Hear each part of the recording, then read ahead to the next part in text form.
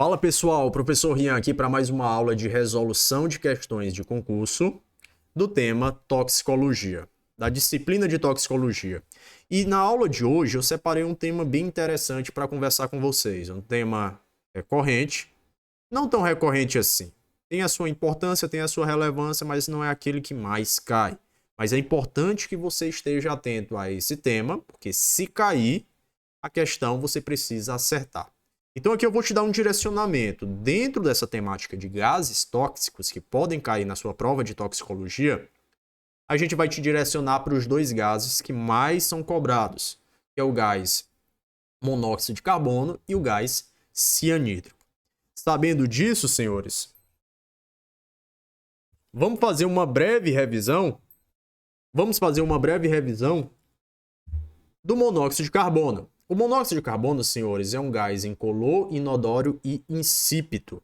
E ele é gerado, e ele vai para a atmosfera, sempre que há uma combustão, ou seja, a queima incompleta, de substâncias que possuem na sua constituição carbono.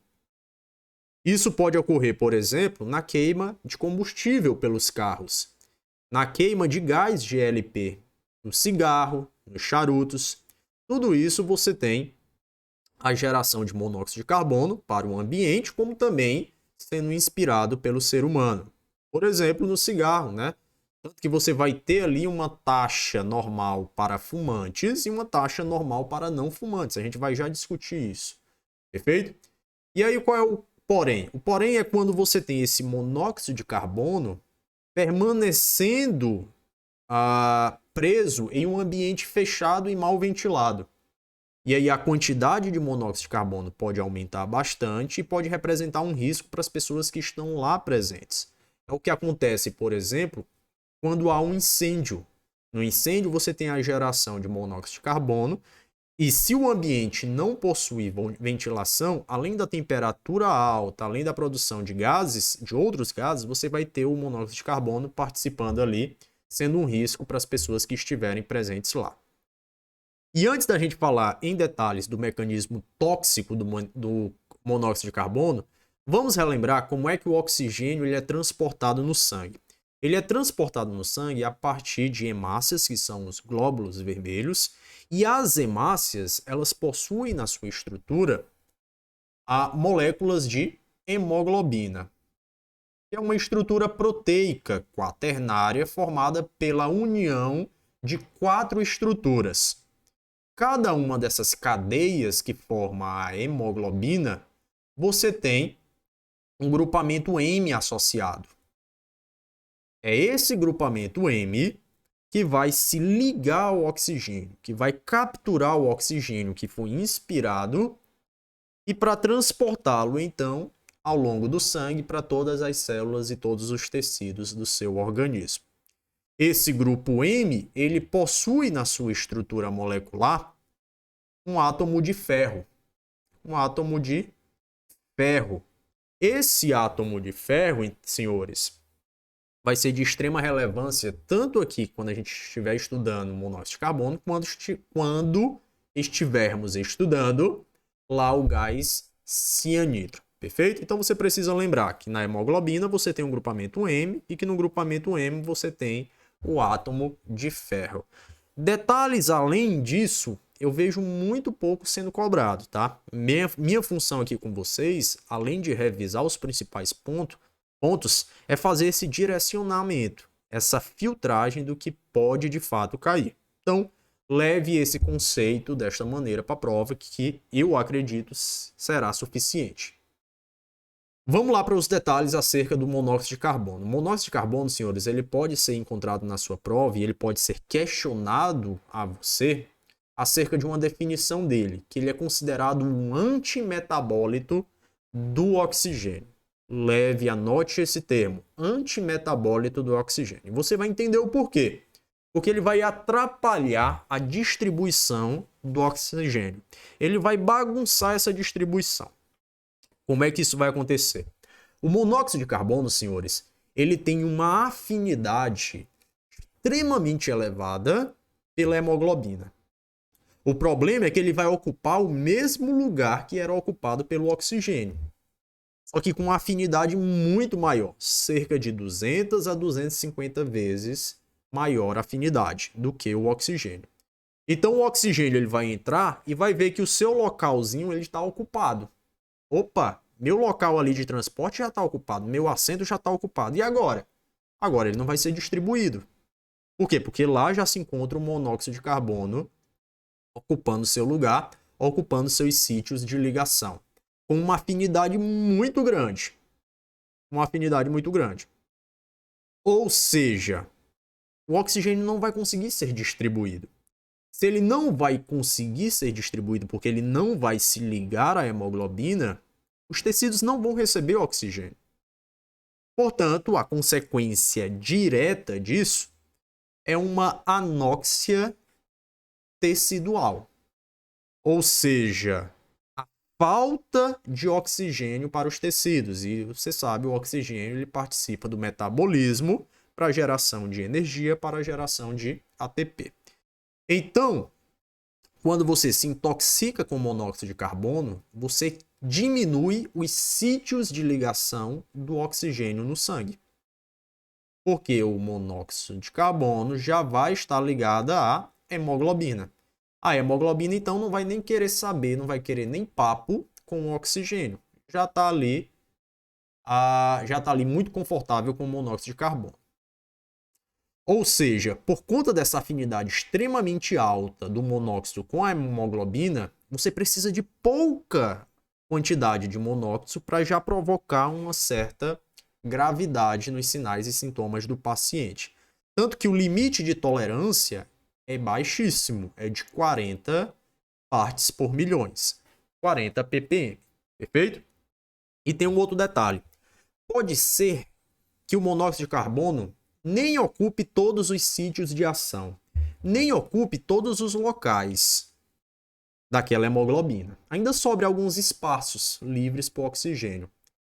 Só que a interação do monóxido de carbono com algumas moléculas de hemoglobina aumenta, então, a força de ligação do oxigênio, que poderá estar ligada também à hemoglobina. E isso não é legal. Por que isso não é legal? Porque o oxigênio ele precisa se ligar à hemoglobina, mas lá no tecido ele precisa se desligar para passar para o tecido. Porque, no final das contas, a hemoglobina ela é nada mais do que um assento, um local, um banco, num transporte que é a hemácia.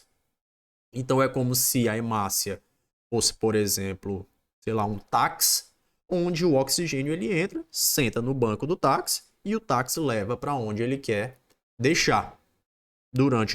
Vai ser distribuído por todo o corpo. Chegando no tecido, a porta do táxi abre, o oxigênio sai e o táxi volta a ficar livre. Ok? Quando você está em contato com o monóxido de carbono, é como se não houvesse mais táxi disponível para o oxigênio ser distribuído. E também pode acontecer da ligação do oxigênio ficar mais forte nessa hemoglobina quando você tem outras estruturas ligadas ao monóxido de carbono. Então, chegando no local, é possível que o oxigênio nem se desligue da hemoglobina. Então, acaba, como consequência, também prejudicando a oxigenação dos tecidos. Perfeito? A questão é, existe uma proporção normal de carboxiemoglobina. Carboxiemoglobina é essa combinação entre o monóxido de carbono com a hemoglobina. E a taxa normal para pessoas não fumantes é inferior ou não superior a 5%. E para fumantes, professor, qual é a taxa normal? Para fumantes, a taxa normal é não superior a 10%. Não superior a 10%. A saturação, ou seja, a capacidade que o monóxido de carbono terá de ocupar todos os sítios de ligação com a hemoglobina vai depender de alguns fatores. Vai depender, claro, da quantidade de monóxido de carbono que estiver no ambiente. Vai depender do ritmo respiratório, ou seja, da frequência respiratória, se o cidadão, se a pessoa estiver respirando numa frequência maior, em um ritmo maior. E, claro, o tempo que ele vai ficar exposto aquele monóxido de carbono. Então guardem essa informação, senhores. Levem essa informação. Primeiro, a taxa de carboxiemoglobina no sangue para não fumantes, normalmente ela deve ser inferior a 5%. E para fumantes, deve ser inferior a 10%. E que a saturação do monóxido de carbono no ser, ele vai depender de 3 fatores. Primeiro, concentração no ambiente, quanto maior, pior. Ritmo respiratório daquela pessoa e o tempo que ele estiver exposto a esse gás tóxico. Perfeito? Um outro ponto, senhores, também de igual relevância, é saber os sintomas da intoxicação por monóxido de carbono. E aqui a gente vai dividir esses sintomas em algumas categorias. Primeira categoria sobreaguda. É quando o indivíduo ele está exposto a uma alta taxa, uma alta concentração de monóxido de carbono. Isso pode provocar, e normalmente provoca, a morte imediata do indivíduo por uma parada respiratória ou circulatória. Mas pode acontecer também dessa morte não ser imediata, dessa quantidade não ser tão alta assim. Como, por exemplo, nas exposições agudas. Nas exposições agudas, o indivíduo ele vai apresentar uma paralisação dos membros inferiores subindo para o corpo, pode entrar em coma, apresentar uma bradicardia acompanhada de uma arritmia, convulsões, vômitos, diarreia e uma confusão mental. Na exposição crônica, normalmente o acúmulo de monóxido de carbono não acontece no organismo. Você não consegue acumular monóxido de carbono no organismo.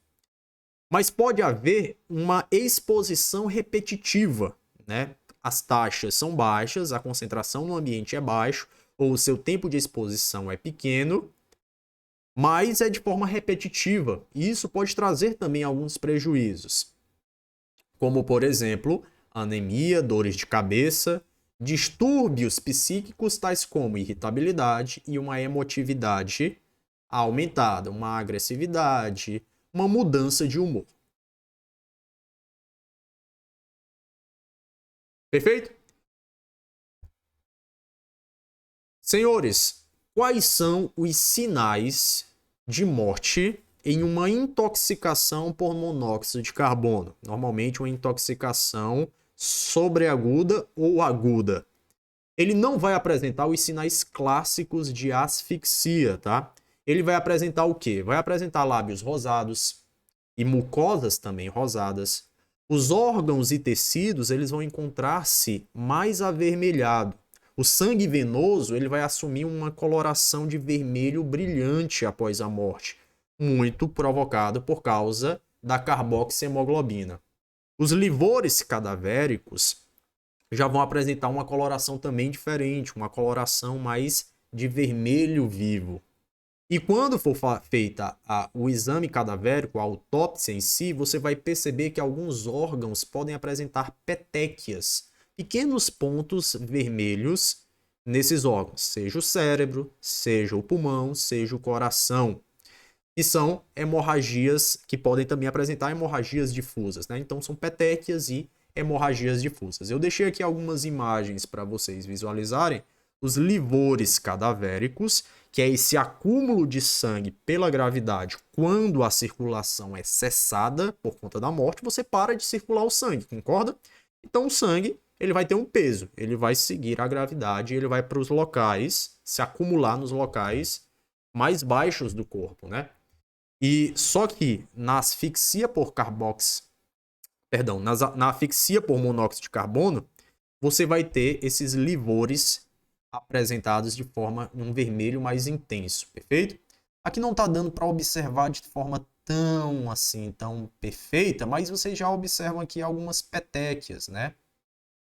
Nos órgãos, nos pulmões, juntamente com essas hemorragias difusas caracterizadas. Deixei aqui uma referência para vocês podem estar dando uma olhada nesse artigo, ele é gratuito, tá? Onde ele mostra alguns achados necroscópicos em caso de suicídio por monóxido de carbono. Bem interessante. Guarda aí, lembra que por mais que seja um tipo de asfixia, uma asfixia química ou bioquímica, você não tem você não tem as características de outros tipos de asfixia, como por exemplo uma morte por afogamento, por exemplo.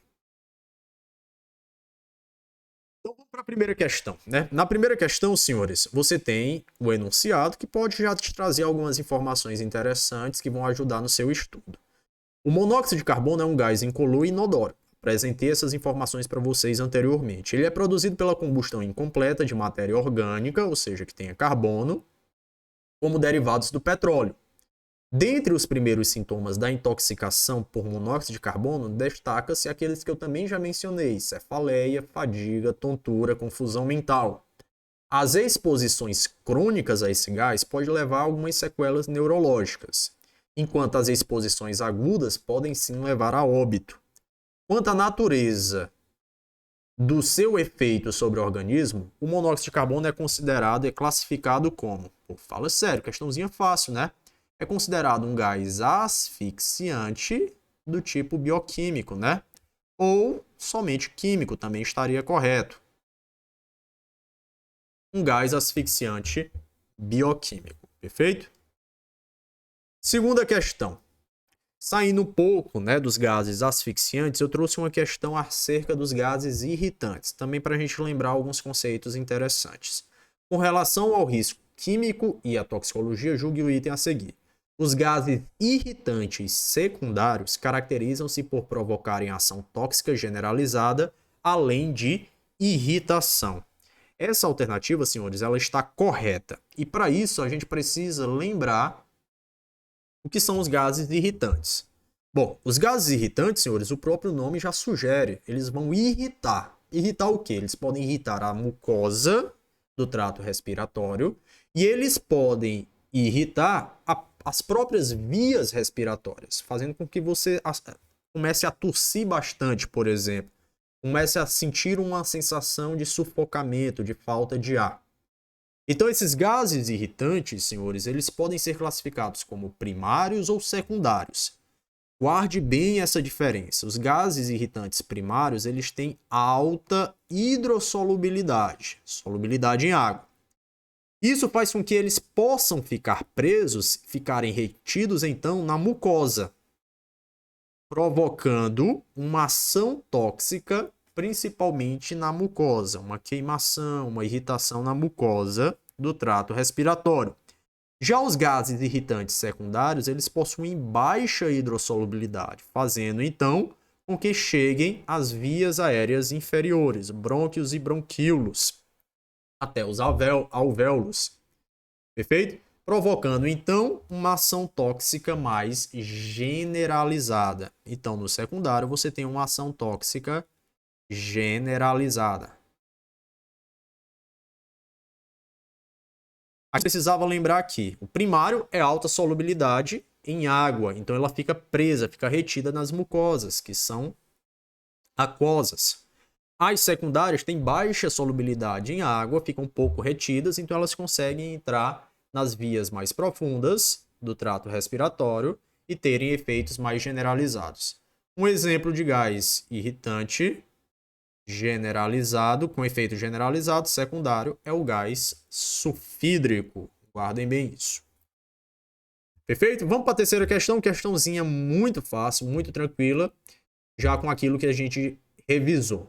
Vários gases poluentes são liberados por motores de veículos, indústrias e queima de lixo. Entre eles, um dos mais perigosos é um gás incolor, inodoro e muito tóxico.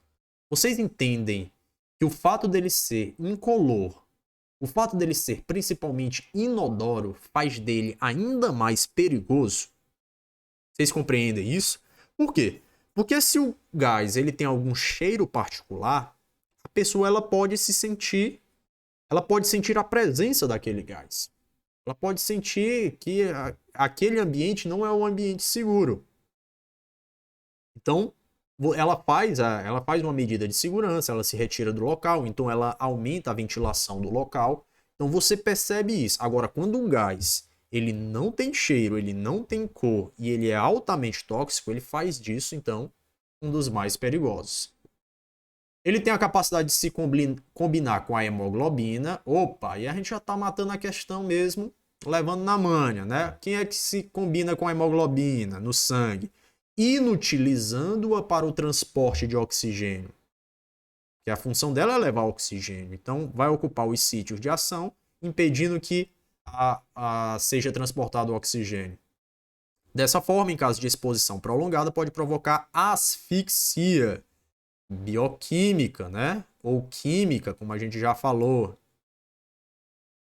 com perda da consciência e óbito. Esse gás é chamado de monóxido de carbono, muito fácil, muito tranquila, para você ver que as questões, elas nem sempre entram num nível de profundidade muito grande, né?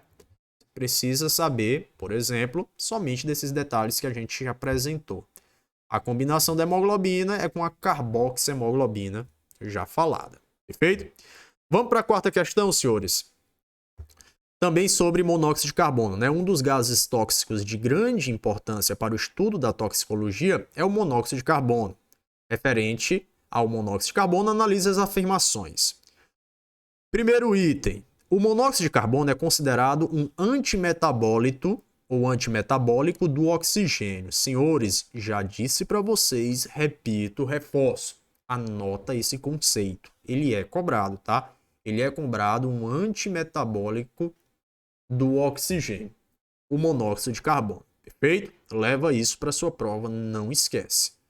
A inalação de grandes quantidades de monóxido de carbono é classificado como uma intoxicação sobreaguda. Lindo, perfeito, grandes quantidades ou por um tempo muito prolongado. E produz a morte imediata por síncope respiratória ou circulatório, exatamente tirado do livro. Inclusive, senhores, essa questão ela foi tirada, assim como algumas informações que eu passei para vocês no começo da aula, foi tirado do livro Toxicologia Forense. Perfeito? Então aqui foi Ctrl+C, Ctrl+V do livro, sem nenhuma alteração. Portanto, o item também está correto, né? Item 1 e 2 estão corretos por enquanto. Item 3.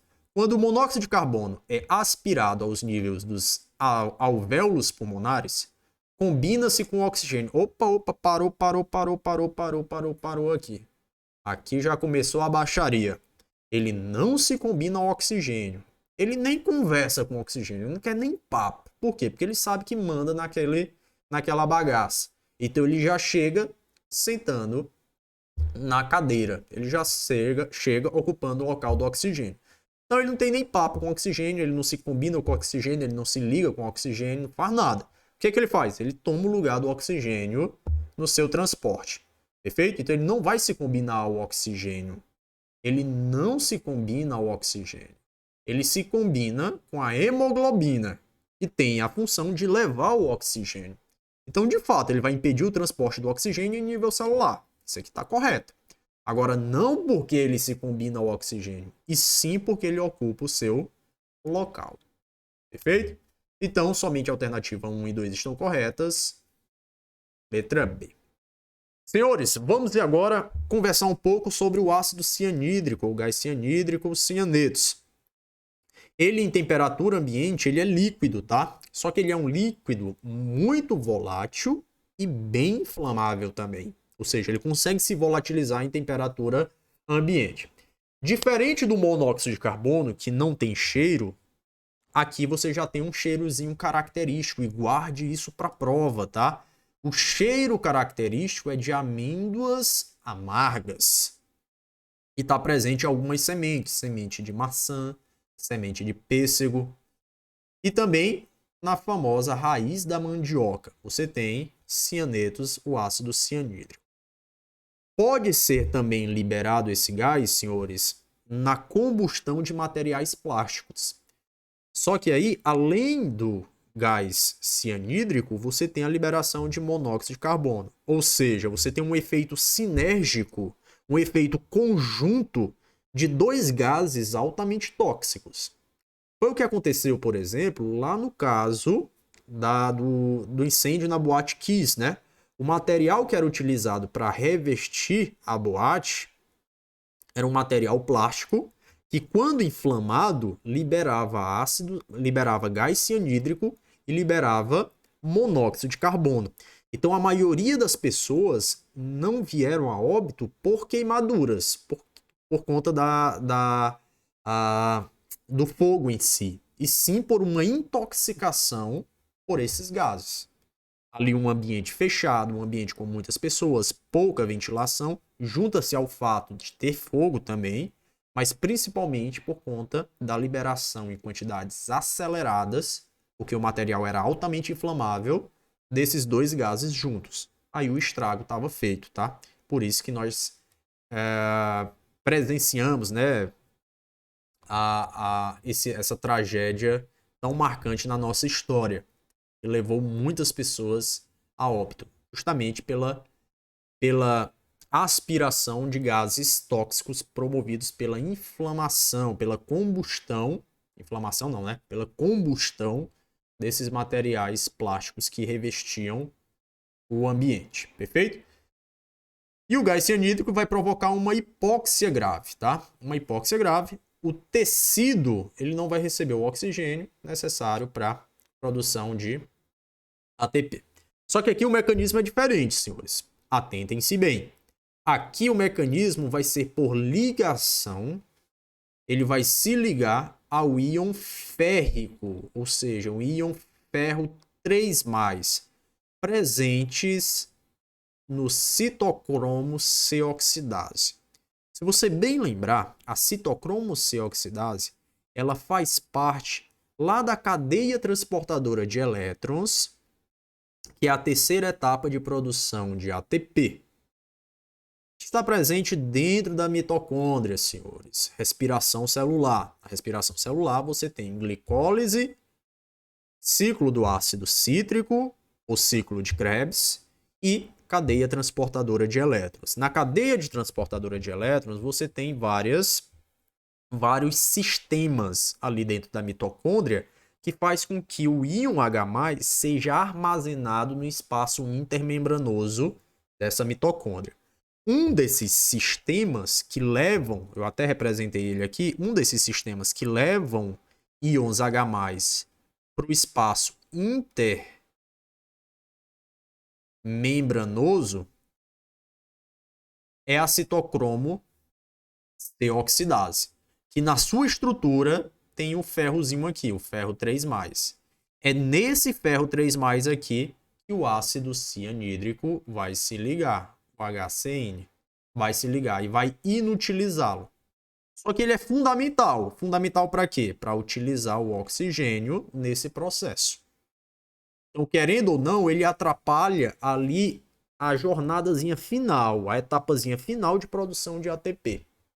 Então, você não tem a produção de ATP por essa via aeróbica, é a utilização do oxigênio para essa finalidade.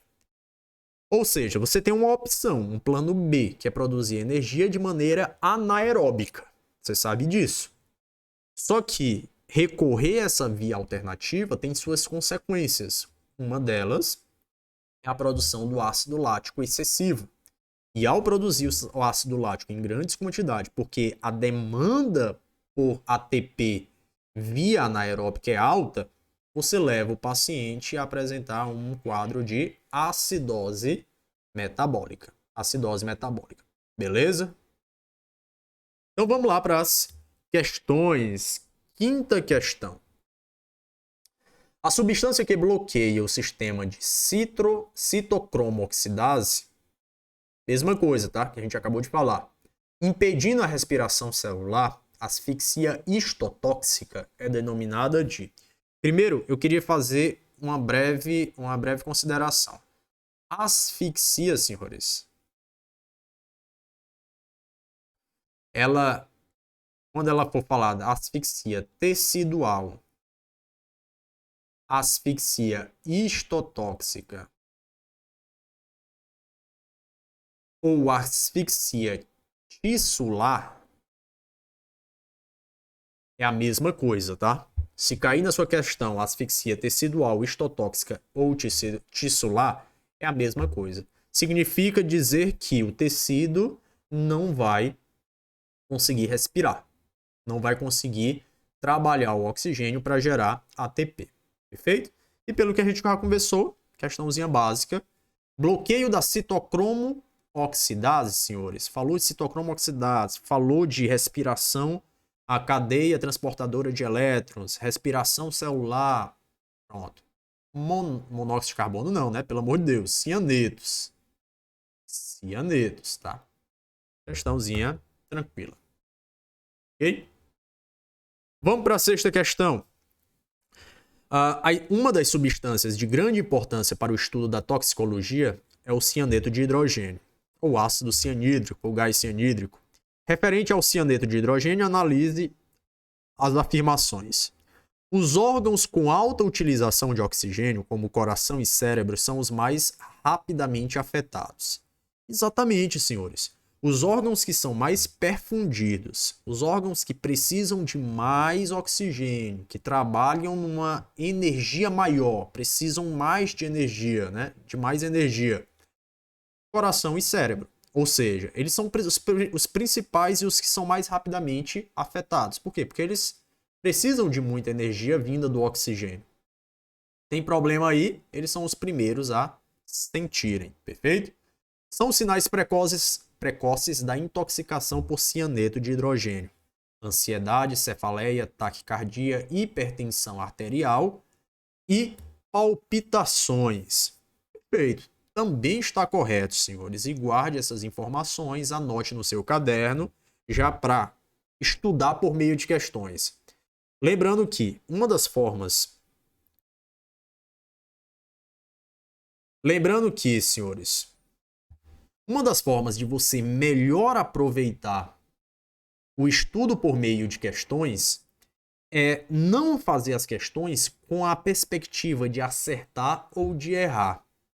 Sim, você pode até se desafiar nesse ponto. Eu quero colocar o meu conhecimento à prova. Mas para tornar o seu estudo ainda mais aproveitável, com um rendimento maior, utilize esses itens que estão corretos, que são dados no gabarito como correto, para o seu estudo. Então, por exemplo, aqui você tem uma informação que talvez no livro, texto ou na videoaula que você assistiu, o professor não passou. Então, você viu que ele é cobrado, que ele pode ser cobrado, então você já anota de forma complementar lá no seu caderno. Então, sim, tá? Os sinais precoces de intoxicação por cianetos são esses: ansiedade, cefaleia, taquicardia, aumento da pressão arterial e palpitações. Ok, e terceiro item, senhores. A toxicidade do cianeto de hidrogênio é causado pela inibição da oxigenação celular. Perfeito? Vai impedir a oxigenação celular, o que causa anóxia tecidual. Se as células não estão recebendo oxigênio, não estão aproveitando o oxigênio, você tem, no final das contas, um tecido que não aproveita, que não respira. Pela inibição praticamente irreversível, anote esse termo, das enzimas citocromo oxidase. Perfeito também, as três alternativas estão corretas. Pau no burro e vamos para a última questão. Na última questão, senhores, também sobre ácido cianídrico e seus derivados, vamos analisar as afirmativas. O ácido cianídrico ou ácido prússico, ele deriva do borbulhamento do cianeto de hidrogênio em água. Perfeito. Exatamente isso. O que pode ser, talvez, novidade para vocês é esse termo, ácido prússico. É o mesmo ácido cianídrico, tá, senhores? Até por isso você tem os nitroprussiatos, os fármacos vasodilatadores, né? Extremamente fortes. Eles têm lá na sua estrutura química o CN, né? Se você for pesquisar lá nos nitroprussiatos, você tem a estruturazinha do CN presente. Então, tá correto. O íon cianeto, derivado dos sais do ácido cianídrico, como o cianeto de potássio, mas você também tem o cianeto de sódio, tem alta afinidade com o ferro da hemoglobina.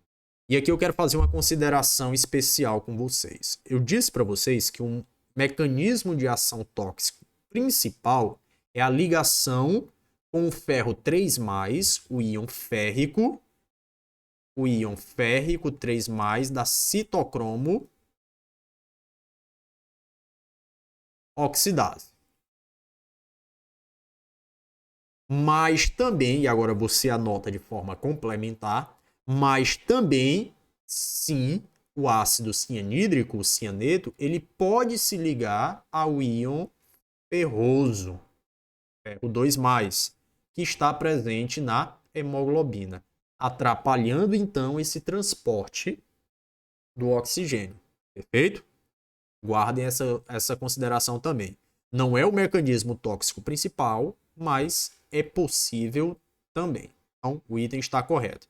O cheiro de amêndoas amargas, você lembra que tem amêndoas amargas, né? Ele tem esse cheiro característico do cianeto, é bem característico em sais, na presença de sais de cianetos. Verdade. E, por fim, o gás cianídrico pode ser liberado pela combustão de plástico. Falamos sobre isso.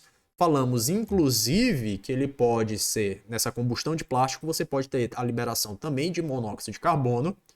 E os dois juntos têm uma ação extremamente tóxica, extremamente danosa ao organismo, levando ao óbito facilmente em determinadas situações, principalmente quando o ambiente é fechado e mal ventilado. Todos os itens estão corretos, gabarito, letra E. E, senhores, assim a gente termina essa nossa revisão por questões do tema toxicologia, da disciplina de toxicologia, do tema gases tóxicos. Se você gostou da aula, por favor, deixe o seu like, deixe nos comentários, deixe seu elogio, sua dúvida, seu questionamento, sua sugestão. Se você não está inscrito no canal, por favor, inscreva-se e ative as notificações para que todas as vezes que houver um vídeo novo, você seja prontamente avisado. Se você não me segue no Instagram, me acompanhe lá, prof.rianfelipe. E eu vou estar sempre postando questões, dicas, e por lá também você vai sempre saber quando tiver algum vídeo novo. Bacana? Espero que tenha gostado. É isso aí. Valeu, pessoal. Tchau, tchau.